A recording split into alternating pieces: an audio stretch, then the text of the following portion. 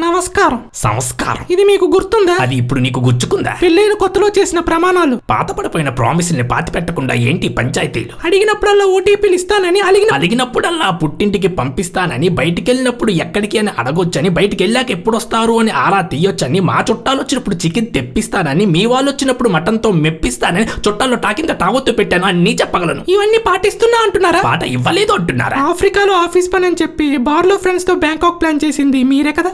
మీ WhatsApp వాంతు చేసిన voice call ఓసారి వినండి. మావా ఆఫ్రికాలో ఆఫీస్ అంటే నమ్మేసింది మావా, ఎర్రి మా లోకం, ఇంకా బ్యాంకాక్ ఏమన్నా లోకం. అడగకుండా ఫోన్ చెక్ చేయడం సంస్కారం కాదు. అడిగినా అబద్ధం చెప్పడం సంసారం కాదు. ఒకేసారి భర్తగా, స్నేహితుడిగా, కొడుకుగా బతకడం ఎంత కష్టమో తెలుసా నీకు? సంతోషానికి సంఖ్యలేసి బతుకుతాం, అది తెలుసు నాకు.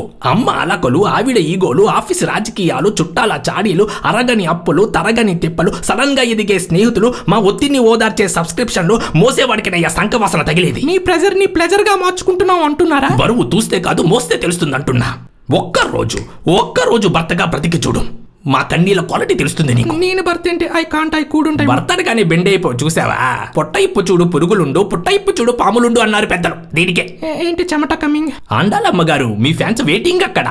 సరేనండి, మీకు ఓకే అయితే నాకు టీకే. ఒక్కరోజు భర్తగా బ్రతికి చూపిస్తా. ఆట ఇప్పుడే ఆరంభం. రాజాసాం ఎందుకు తీసావు మారుతి? ఎందులో మీరు చూసింది ఎన్నడూ చూడనిది, కానీ ఎక్కడో చూసినట్టు ఉంటుంది. మీ గుండె మీద చెయ్య వేసుకొని సినిమా చూడండి.